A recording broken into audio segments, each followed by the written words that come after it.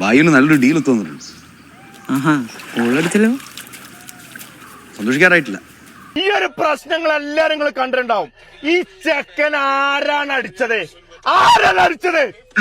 എന്താ നീ കാണിക്കണേ?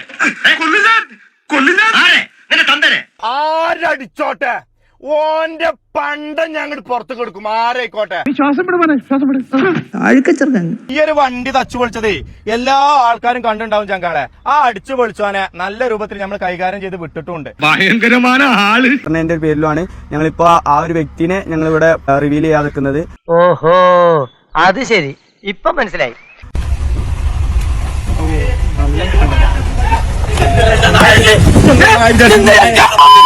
ഇതാണ് കഥ. പക്ഷേ ഫ്ലാഷ് ബാക്കിലാണ് യഥാർത്ഥ സംഭവം നടക്കുന്നത്. 18-ാം തീയതിയാണ് ഇവർ ഫസ്റ്റ് ഓഫ് ഓൾ ഇവർ മീറ്റ് ചെയ്യണമെന്ന് തന്നെ, അതായത് സോഷ്യൽ മീഡിയയിൽ അവർ പറയണത്. 16-ാം തീയതി ഒരു രാത്രി ആവണേക്ക് മുമ്പ് ഇവർ PSG ആംഗിലേക്ക്, അതായത് നിഹാലിന്റെ എഡിറ്ററും കൂടി വരുന്ന ക്ലിപ്പ് കാര്യങ്ങളൊക്കെ ഞാൻ ഇതിനകത്ത് ഇടയും കഴിച്ചു. കണ്ടോ? എന്ത് കണ്ടോന്ന്? ഹായ്, ഷോർട്സ് എടുക്കുക. ഷോർട്സ് എടുക്കുക. ഇല്ല കുഴപ്പമില്ല. പേരെങ്ങനെയായിരുന്നു? നിഷാനല്ലേ? ഓ, രാവൻകുട്ടി നീ ഇത്ര ചെറ്റയായി പോയല്ലോ എന്റെ പൊന്ന് സാർ. ഇവര് പറയുന്നത് വണ്ടി തല്ലിപ്പൊളിച്ചെന്നാണ്. വണ്ടി തല്ലിപ്പൊളിച്ചത് ഇവരുടെ ആൾക്കാരാണ് കഴിച്ചു.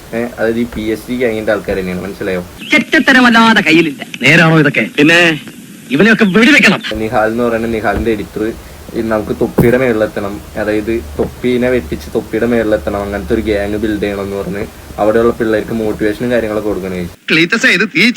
കളിയാണ്. എനിക്ക് എന്തായാലും നഷ്ടപ്പെടാനൊന്നുമില്ല. പോയി തൂയിച്ചവിടാ. അതാ അന്തസ്സുള്ളവൻ ചെയ്യേണ്ടത്. PSG അടിവര. PSG പേരെന്നെ മാറി മറിക്കാൻ പോവാട്ടോ. യശോകുട്ടി, ഇതൊരു ചാൻസ് ആണ്. നമുക്കൊന്ന് ലാവിശാവണ്ടാ. നീ ഇതൊക്കെ ഒന്ന് വലിച്ചൊരിട്ട് എന്നെ പോലെ പാന്റും ഷർട്ടൊക്കെ ഇട്ട് ഒന്ന് സുമുഖനാവും. പണി ഒരു കൂളിംഗ് ഗ്ലാസ് കൂടി വെച്ചോ. കാരണം നമ്മളാ സംഭവം എന്ന് പറഞ്ഞു കഴിഞ്ഞാൽ വൻ കേരള ജനത മൊത്തം ഏറ്റെടുത്ത സംഭവം. തൊപ്പിന്റെ മുന്നിൽ നമുക്ക് കയറണം, ആ ഒരു മൈൻഡ് മാത്രം കൊടുത്തോണ്ട് മാക്സിമം അങ്ങോട്ട് കഴിയണത്ര കണ്ടന്റ് സെറ്റ് ആക്കി ഇടുക. എന്നിട്ട് അവിടെ പോയിട്ട് അടുത്ത സ്ക്രിപ്റ്റ് ഉണ്ടാക്കുകയാണ് നിഷാൻ. അവിടെ മാറി എനക്ക് ഉള്ളിപ്പുണ്ട് നിഷാനെ. കണ്ടകശനി കൊണ്ടേ പോകുന്നൊരു ചൊല്ലുണ്ട്. ഇത് നിന്നെയും കൊണ്ടേ പോകും. ധൈര്യമായിട്ടിരിക്ക, എല്ലാം ഞാൻ നോക്കിക്കോളാം. ഒരു ചെറിയ ഹോമത്തിന് ചെലവുണ്ടാവും. ഇല്ലത്തേക്ക് കൊടുത്തയക്കുക.